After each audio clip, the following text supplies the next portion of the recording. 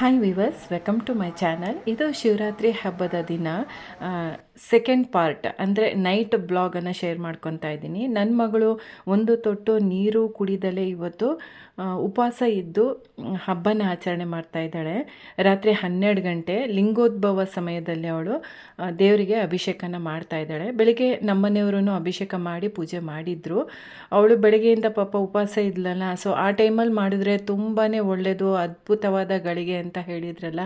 So ಆ ಟೈಮಲ್ಲಿ ನನ್ನ ಮಗಳು ಅಭಿಷೇಕ ಮಾಡಿ ದೇವರಿಗೆ ಪೂಜೆ ಅನ್ನೋದನ್ನು ಮಾಡ್ಕೊತಿದ್ದಾಳೆ. ಅದನ್ನು ನಾನು ನಿಮ್ಮ ಜೊತೆ ಶೇರ್ ಮಾಡ್ತಾಯಿದ್ದೀನಿ. ಟೈಮ್ ನೋಡಿದ್ರಿ, ರಾತ್ರಿ ಕತ್ಲು, ಯಾರು ಇಲ್ಲ, ಆಚೆ ಒಬ್ಬರು ಕಾಣಿಸ್ತಿಲ್ಲ, ಅದನ್ನು ಸಹ ನಾನಿಲ್ಲಿ ತೋರಿಸ್ಕೊಂಡಿದ್ದೀನಿ.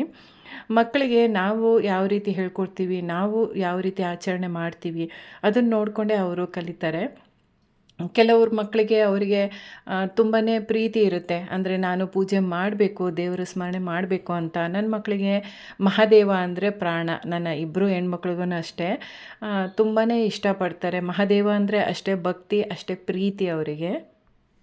ನಾನು ಲಾಸ್ಟ್ ಬ್ಲಾಗಲ್ಲೇ ಹೇಳಿದ್ದೀನಿ ಅಭಿಷೇಕ ಮಾಡೋದ್ರಿಂದ ಯಾವ ಫಲ ಸಿಗುತ್ತೆ ಅಂತ. ಅಂದರೆ ಒಂದೊಂದು ಅಭಿಷೇಕಕ್ಕೂ ಒಂದೊಂದು ಫಲಗಳನ್ನೋದು ಇರುತ್ತದೆ. ಅದು ಈ ಲಿಂಗೋದ್ಭವ ಟೈಮಲ್ಲಿ ಮಾಡಿದ್ರೆ ಅಂತೂ ಇನ್ನೂ ಅದ್ಭುತವಾದ ಒಂದು ಅದೃಷ್ಟ, ಯೋಗ ನಮ್ಮ ಜೀವನದಲ್ಲೂ ನಮಗೆ ಕೂಡಿ ಬರುತ್ತದೆ.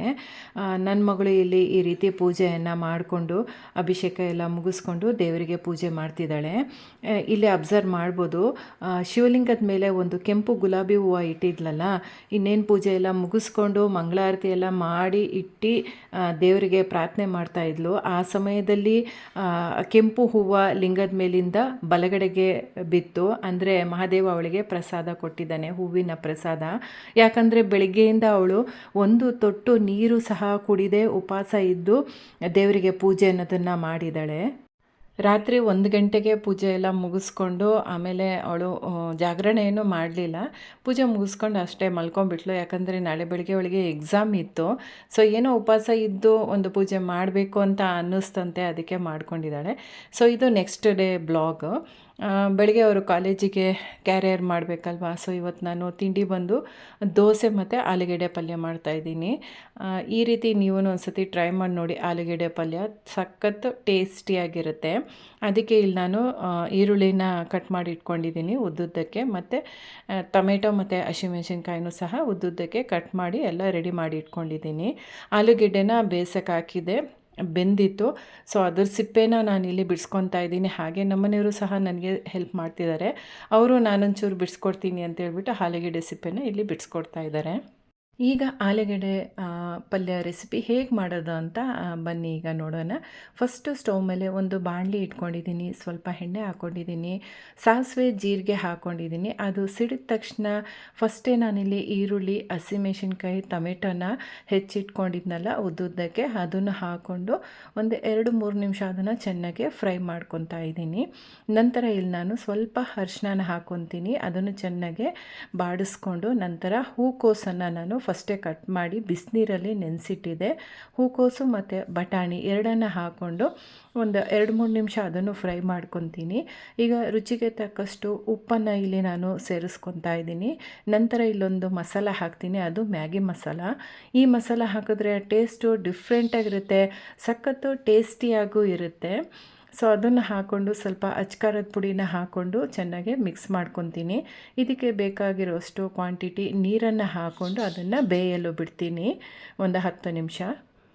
ಅದು ಬೇಯೋಷ್ಟರಲ್ಲಿ ಇಲ್ಲಿ ಸೆಟ್ ದೋಸೆ ಹಾಕೋಣ ಅಂತೇಳ್ಬಿಟ್ಟು ಗ್ಯಾಸ್ ಮೇಲೆ ಹಂಚನ್ನು ಇಟ್ಟು ಇಲ್ಲಿ ಸೆಟ್ ದೋಸೆನ ಹಾಕ್ತಾಯಿದ್ದಾರೆ. ನಮ್ಮ ಮನೆಯವರೇ ಹಾಕ್ಕೊಡ್ತಾ ಇದ್ದಾರೆ.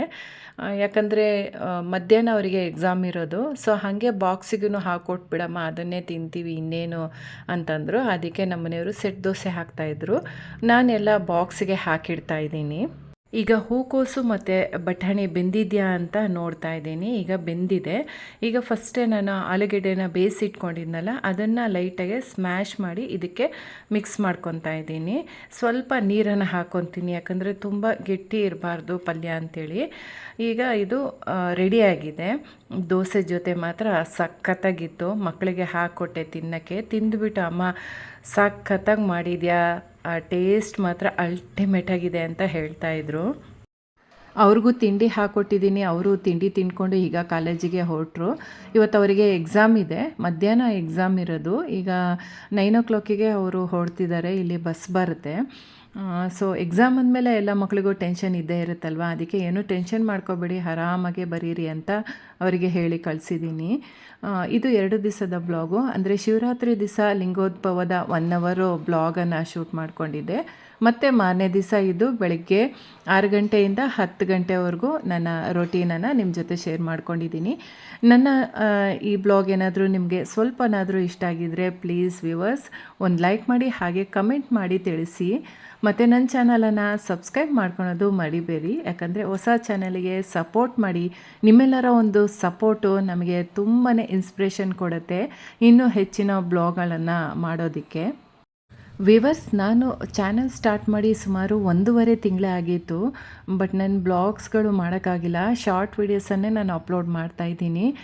ಇದಕ್ಕಿದ್ದಂಗೆ ಸಡನ್ನಾಗೆ ನನಗೆ ಮಂಡಿ ನೋವು ಶುರು ಆಗ್ಬಿಡ್ತು, ಎದ್ದು ಓಡಾಡೋಕ್ಕೆ ಆಗಿಲ್ಲ. ಡಾಕ್ಟ್ರ್ ಹತ್ರ ತೋರಿಸ್ಕೊಂಡಿದ್ದೆ, ಅವರು ಬೆಡ್ ರೆಸ್ಟಲ್ಲಿ ಇರೋಕ್ಕೆ ಹೇಳಿದರು. ಹಾಗಾಗಿ ನನಗೆ ಬ್ಲಾಗ್ಸ್ ಮಾಡೋಕ್ಕಾಗಿಲ್ಲ. ಈಗ ಸ್ವಲ್ಪ ಮಟ್ಟಿಗೆ ಪರವಾಗಿಲ್ಲ, ಅದಕ್ಕೆ ಬ್ಲಾಗ್ಸನ್ನು ಮಾಡ್ತಾಯಿದ್ದೀನಿ. ಸೊ ನೆಕ್ಸ್ಟ್ ಬ್ಲಾಗಲ್ಲಿ ಸಿಗೋಣ, ಬಾಯ್.